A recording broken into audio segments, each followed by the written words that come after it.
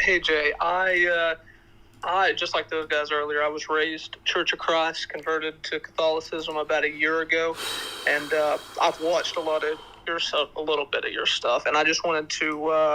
I'm a very big novice in terms of Thomism and stuff, but I've just been getting into theology, and I wanted to kind of discuss actus purus in relation to creation. I know you've talked a little bit about that. Okay. Yeah. So, do you think that from a Thomistic position you can have immanent acts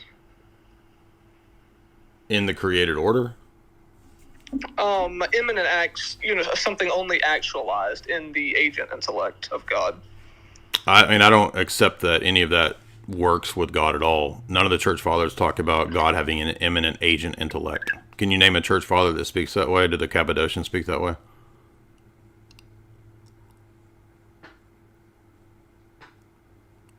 Unmute, Wayne. Hey, sorry about that. Okay, so you do not accept that category. Did you answer my question? Do any of the Cappadocians of the church fathers of the first 1,000 years speak of God as having an Aristotelian immanent agent intellect? Not to my knowledge. Mm-hmm. But so, in other words, nobody really correctly grasped Trinitarian theology until Aquinas because we needed this scheme to make it work. Like I said, I haven't read the Cappadocians. I was just asking. Well, how do you know Thomism is right? I don't. Okay. Yeah, I mean, we don't accept these schemes and these metaphysical structures and systems as if those are givens that I have to import upon God before I can talk about theology, because the church didn't for 1,000 years need this scheme to talk about God. No, I understand that. That's why I was asking. Then why are you asking about a bunch of Thomistic metaphysics? Like, I reject all of it out of hand. I don't need any of it. Okay.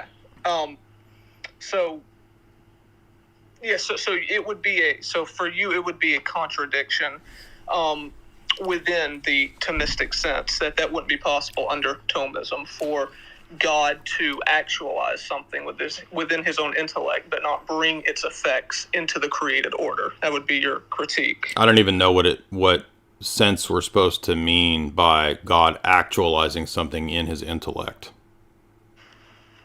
I mean, if God has actualized something, it has to be the case that it's ad extra. It has to be the case that it's happening outside of the actualizer. There's no internal actualization because God is pure act with absolutely no potentia.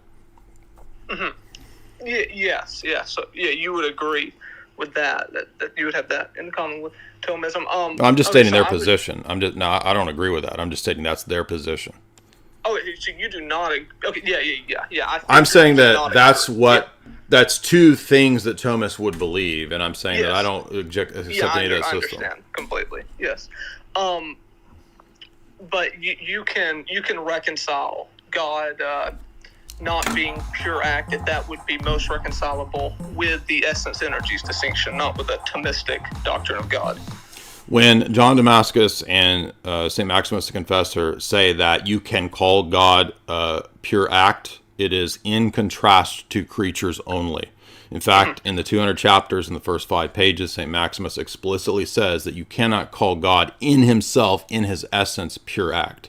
And that's precisely what Thomism does, is that it says God is reducible to and is identical to pure actuality. And we are saying that is not the case, partly because of God's free will, and partly because the Orthodox doctrine of the essence-energy distinction, which is confirmed at multiple ecumenical councils. Mm-hmm. Okay, so, like I said, when you pressed me on, I don't know, I don't have explicit knowledge, infallible knowledge that Thomism is true. Let me give an example of something that came up a minute ago. So in the famous kenosis passage of Philippians 2, we have the statement that the second person of the Godhead, who is a divine hypostasis, willingly limited himself in the created order to not do everything he could do. How is that the case if God is identical to and reducible to pure act?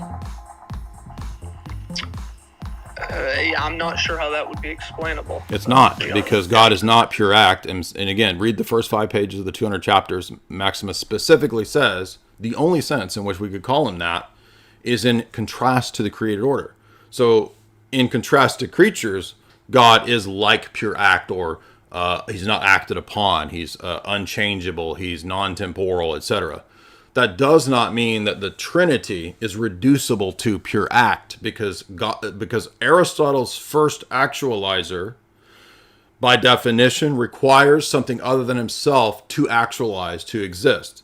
So when Basil critiques this position in the Hexameron, he says it's a dyad position. It ends up being an eternal other, or eternal world, and eternal celestial spheres that the first actualizer is moving to be an eternal actualizer. So it just makes no sense to call God in himself a eternal actualizer, a pure act, a eternal actuality.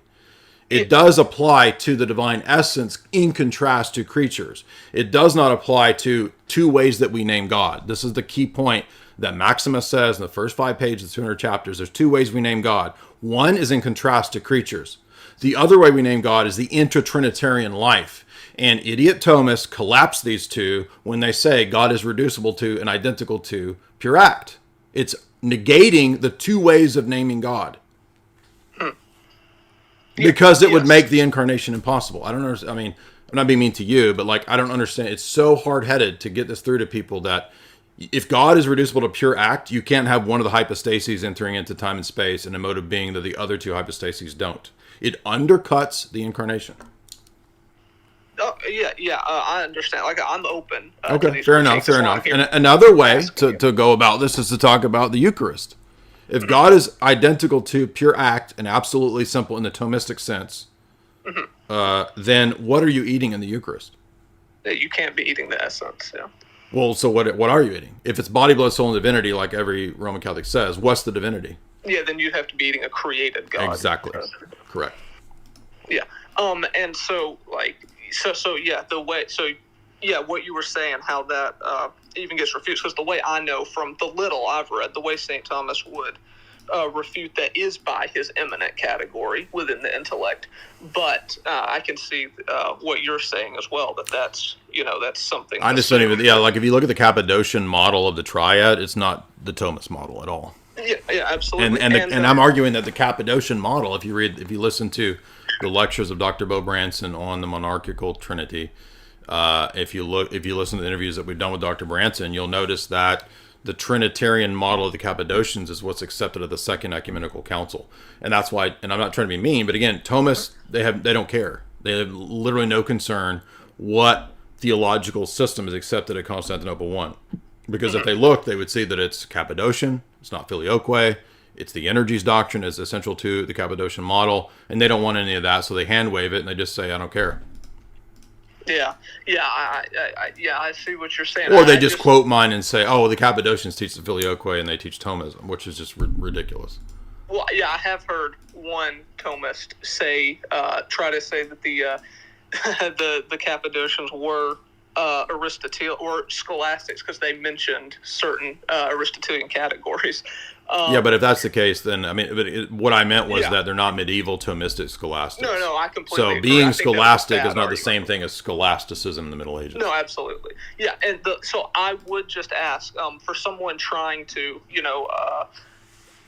kind of read the opposing views and form a system. Right. Would you recommend first and foremost the Cappadocians? I would say watch Dr. Branson's lectures on the Monarchia of the Trinity.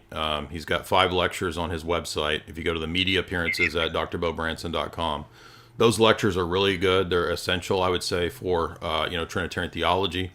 And then I would say in terms of the Cappadocians themselves, when Roman Catholics address this, they just quote mine. They literally do not read the actual works in the context.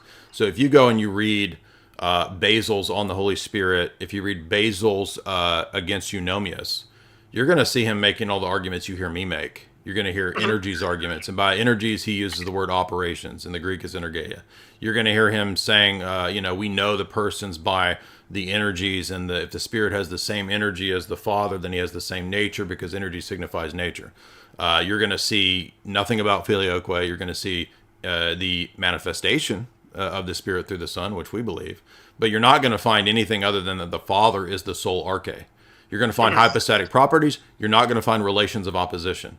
Now, when they reply to me say, "Oh, they talk about relations." No. Relations is not relations of opposition.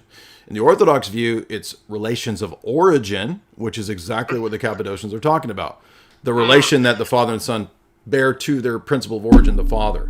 Not the principle of origin being the common essence. That's the Roman Catholic view. And relations of opposition is a medieval development in Aquinas out of Augustine's positions. And nobody in the Cappadocian world or in the ancient church father tradition is teaching relations of opposition. They do teach relations. Yeah, so that was kind of what he was missing. I remember a long time exactly. ago in your dispute with Wagner. Yep. So my last, just quick little question here. Can I add one thing that you absolutely should read? You should read Vladimir Lossky's paper on that issue, because that's where I was getting all of this. Was Lossky's paper on procession. Let me get you the title. It's called. And in there, he goes into the history of the Latin Church's development of the doctrine of relations of opposition. By the way, Congar, the article that I pinned on that video, I also included Congar's discussion of the development of relations of opposition, which is not relations of origin. And so here, if you read this Lossky paper, it's called The Procession of the Spirit in Orthodox Trinitarian Doctrine. Within 3 or 4 pages, he's already getting into what the Roman Church means by relations of opposition versus our monarchical Trinitarian view. Okay, I just wrote that down. Thank you very much. The last little question I have real quick is, sure. I've tried to ask certain people that I would consider to know about Thomism, but I've never really got them to even address it.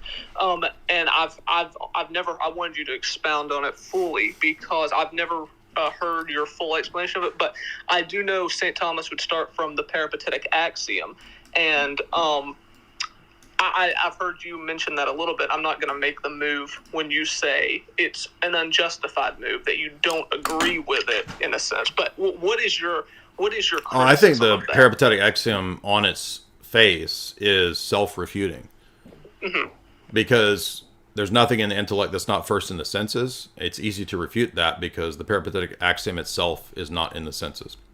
Okay.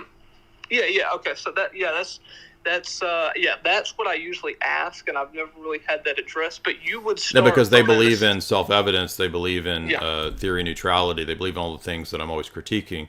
And by the way, Aristotle believed in just kind of self-evident principles and axioms. I mean, if you read Father Deacon Ananias' paper on tag and natural theology, he cites, I think, 3 places in Aristotle where Aristotle just says, look, it's just, we have to have self-evident principles or else there's nowhere else to start. That's the route Aristotle takes. And so he says that, he talks about that which is known in itself, or that which is known by us. And we don't have access to that which is known in itself, so we have to go by that which is known by us, which is only by sense data. So Aristotle is kind of basically an empiricist, but he doesn't believe in naive empiricism. But I argue that it leads to that if you're consistent with it, because as you kind of tease it out, it leads you to Hume. There's a direct line from Aquinas to Hume, because what's the justification for the various self-evident axioms, and why do you get to say what the self-evident ones are? How do you solve the criterion problem of Chisholm? Yeah, you can't. Right. Without being arbitrary. So then, in other words, it means that there's just not anything that's self-evident. Everything's theory-laden. So that becomes a paradigm debate question.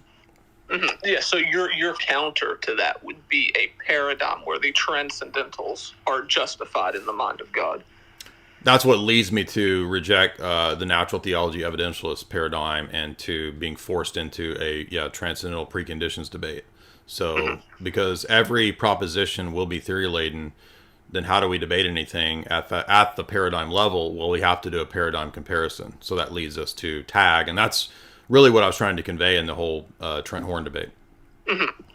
Okay. Well, I will look into everything you've recommended, and maybe I'll be back to feel free to. I'm sorry if I was coming off of some heated discussions earlier, so I apologize if I came out of the gates a little too hot. But you were a very cool civil guy, so I appreciate it, man. Thank you, Wayne. Hey, no problem. That was a great conversation. I appreciate that.